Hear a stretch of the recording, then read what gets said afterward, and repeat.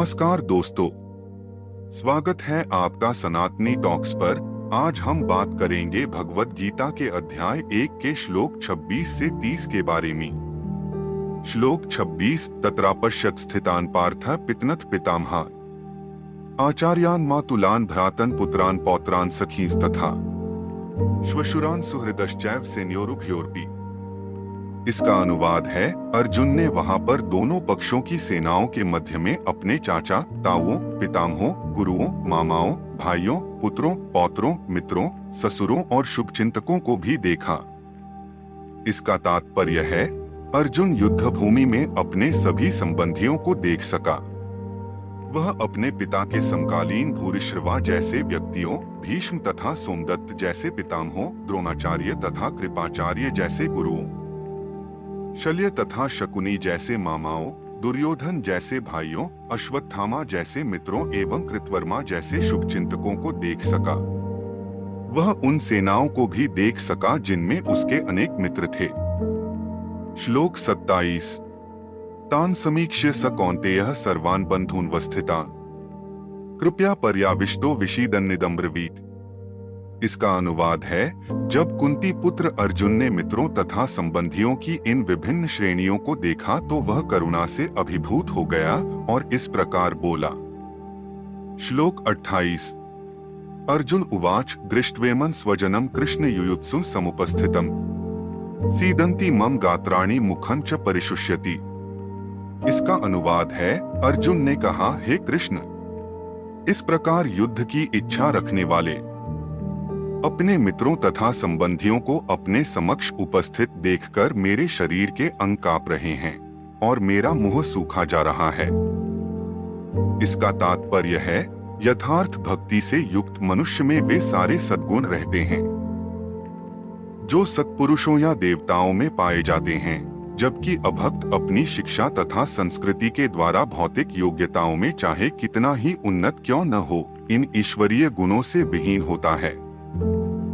अतः स्वजनों, मित्रों तथा संबंधियों को युद्ध भूमि में देखते ही अर्जुन उन सबों के लिए करुणा से अभिभूत हो गया जिन्होंने परस्पर युद्ध करने का निश्चय किया था। जहां तक उसके अपने सैनिकों का संबंध था, वह उनके प्रति प्रारंभ से दयालु था, किंतु विपक्षी दल के सैनिकों की आसन्न मृत्यु को देखकर वह उन पर भी दया का अनुभव कर रहा था।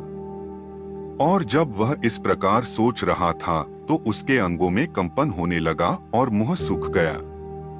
उन सबको युद्धाभिमुख देखकर उसे आश्चर्य भी हुआ। प्रायः सारा कुटुंब, अर्जुन के सगे संबंधी उससे युद्ध करने आए थे। यद्यपि इसका उल्लेख नहीं है, किंतु तो भी सहज अनुमान लगाया जा सकता है कि न केवल उसके अंग कांप रहे थे और मुंह सूख रहा था, अपितु वह दयावश रुदन भी कर रहा था। अर्जुन में ऐसे लक्षण किसी दुर्बलता के कारण नहीं, अपितु हृदय की कोमलता के कारण थे, जो भगवान के शुद्ध भक्त का लक्षण है। श्लोक 29 वेप्थुष्ट शरीरे में रोमहर्षश्च जायते गांडीवं स्रंस्ते हस्तात् त्वक्चैव परिदह्यते।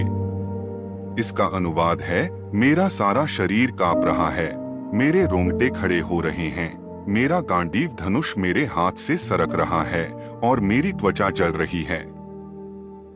इसका तात्पर्य है, शरीर में दो प्रकार का कंपन होता है और रोंगटे भी दो प्रकार से खड़े होते हैं। ऐसा या तो आध्यात्मिक परमानंद के समय या भौतिक परिस्थितियों में अत्यधिक भय उत्पन्न होने पर होता है। दिव्य साक्षात्कार में कोई भय नहीं होता। इस अवस्था में अर्जुन के जो लक्षण हैं, वे भौतिक भय अर्थात जीवन की हानि के कारण हैं।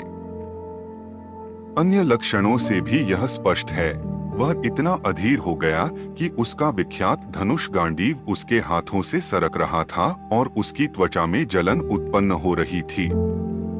ये सब लक्षण देहात्म बुद्धि से जन्य हैं। श्लोक 30 न च शक्नोम्यवस्थातु भ्रमतीव च मे मनः निमित्तानि च पश्यामि विपरीतानि केशव। इसका अनुवाद है, मैं यहाँ अब और अधिक खड़ा रहने में असमर्थ हूँ। मैं अपने को भूल रहा हूँ और मेरा सिर चकरा रहा है। हे कृष्ण, मुझे तो केवल अमंगल के कारण दिख रहे हैं। इसका तात्पर्य है, अपने अधैर्य के कारण अर्जुन युद्ध भूमि में खड़ा रहने में असमर्थ था और अपने मन की इस दुर्बलता के कारण उसे आत्मविस्मृति हो रही थी। भौतिक वस्तुओं के प्रति अत्यधिक आसक्ति के कारण मनुष्य ऐसी मोहमयी स्थिति में पड़ जाता है। अर्जुन को युद्ध भूमि में केवल दुखदायी पराजय की प्रतीति हो रही थी, वह शत्रु पर विजय पाकर भी सुखी नहीं होगा। निमित्तानि विपरीतानि शब्द महत्वपूर्ण हैं।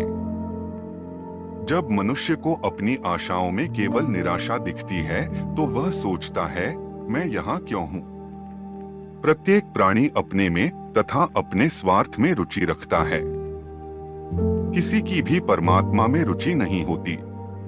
कृष्ण की इच्छा से अर्जुन अपने स्वार्थ के प्रति अज्ञान दिखा रहा है। ऐसी ही और वीडियोस को देखने के लिए चैनल को सब्सक्राइब करें। धन्यवाद।